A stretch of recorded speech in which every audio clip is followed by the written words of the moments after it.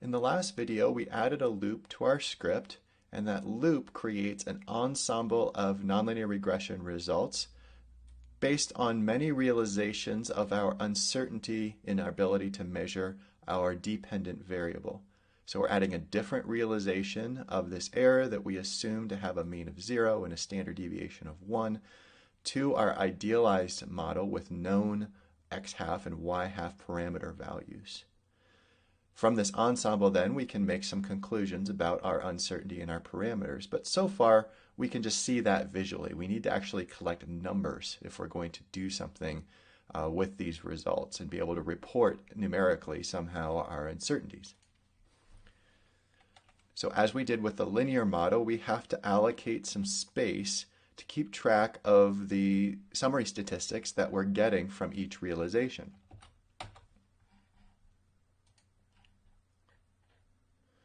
In this case, I want to keep track of two things. I want to keep track of the parameter values themselves in terms of x-half and y-half, as well as the standard error value that the NLS routine is giving us for those parameters. So I'm going to start by creating a variable that I call column. I'm going to need a bunch of columns that are all the same length. So I'm just going to create a variable called column that I can reuse. And therefore, I don't have to type this rep function call over and over again. So I'm going to do a rep of my x argument to rep is going to be a numeric data type with an NA in it. And the length of that vector needs to be the same as the total number of realizations that I'm doing.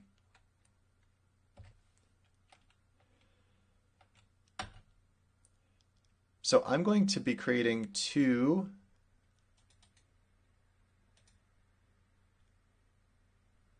forgot an equal sign here. I'm going to be creating two data frames this time. So instead of just vectors, I'm going to create data frames to hold the results. And there'll be different columns for different statistics that I want to gather. And there will be then the number of rows that represent all of my realizations in that data frame. So I'm going to call this data frame MC results.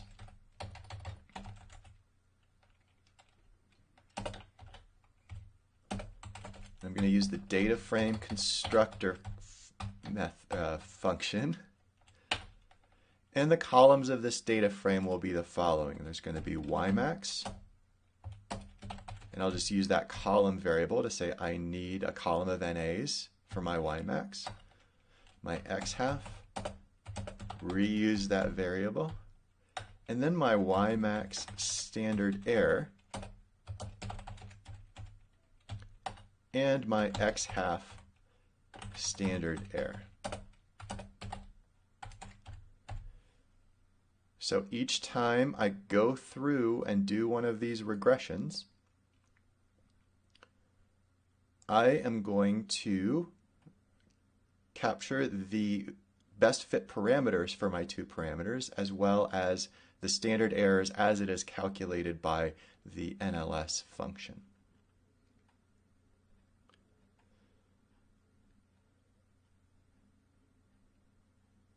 Okay, so I now have my memory allocated.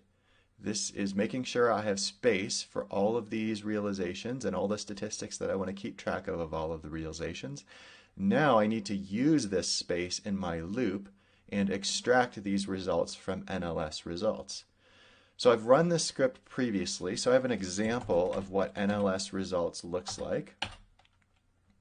Again, what you see if you just type NLS results is whatever the print command produces when it's called on this particular data type. And what you get when you look at NLS results is pretty similar to what you get when you look at LM. You see the model that was used, and then the best fit values for the parameters.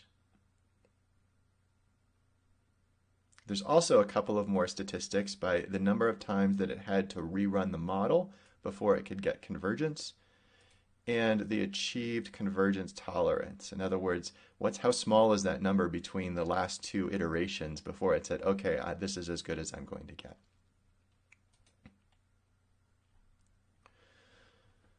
Just like LM, if you want to get at more details or more statistics of NLS results, you need to use the summary function.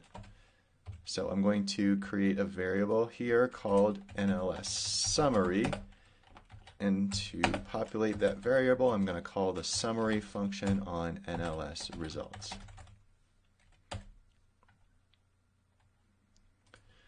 So if we look at a summary of NLS results, this again is going to calculate additional statistics that you don't get with NLS results by itself. And you'll see a table that's very similar to what you get with LM. It gives you the estimate and the standard errors for your parameters. And similar to LM, you can get at that because this is just a list, and the element of the list that has those values in it is coefficients. So if I put a $sign coefficients after my summary call, if I can type it correctly, I will get that table of values. And what that is a matrix with named rows and columns, exactly like what you get when you call LM. So that means to extract things from this matrix, I can pull things out of the coefficients from this summary. So to make that a little bit easier, I'm going to declare a variable here that I call NLS coefficients, or coef for short. And I'm going to say this is my NLS summary $sign coefficients.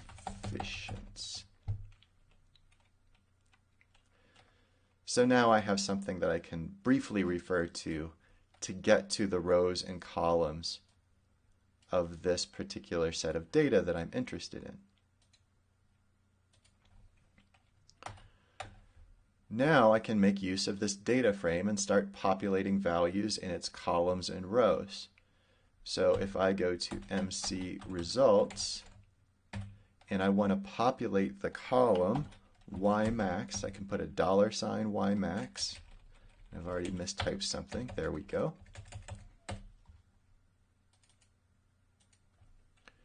I can populate that value, but remember, I need to populate a particular row of this data frame because the rows are going to have all the iterations. And this is where I can use my realization count integer so that each time through my loop, it's populating a different row. And the value that I want to put in that location is going to be this NLS coefficient. This is a named matrix, so I'm going to need to use square brackets with quoted indices within that. And the row is going to be the Ymax named row, and the column is going to be the estimate column. Again, I'm looking for my estimate of Ymax to go in my MC results Ymax.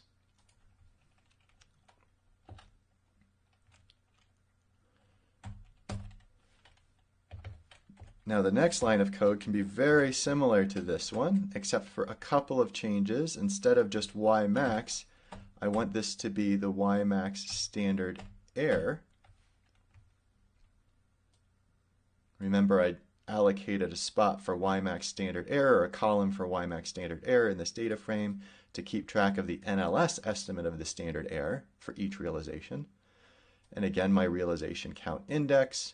And instead of estimate here, I want the string std period space error.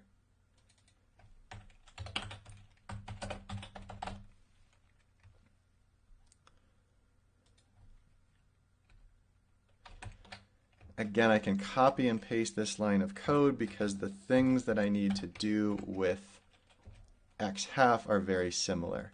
It's going to be x half is the name of the column, and instead of Ymax, I need x half. And for the standard error, instead of Ymax standard error, I want x half standard error. And again, the parameter I want to get the standard error for is x half instead of Ymax. So let's run this to make sure we understand what we're getting out of it and to make sure I haven't typed any bugs. As you saw, it still is plotting, and we can now look at that MC results data frame that I created with the loop, and we should see that it has values for each row for each iteration. The value for the estimate of y max, the value for the estimate of x half, and then the standard error of the y max estimate and the standard error of the x half estimate based on NLS calculations of those standard errors. And we can also see that this data frame goes to 100 rows because there were 100 realizations.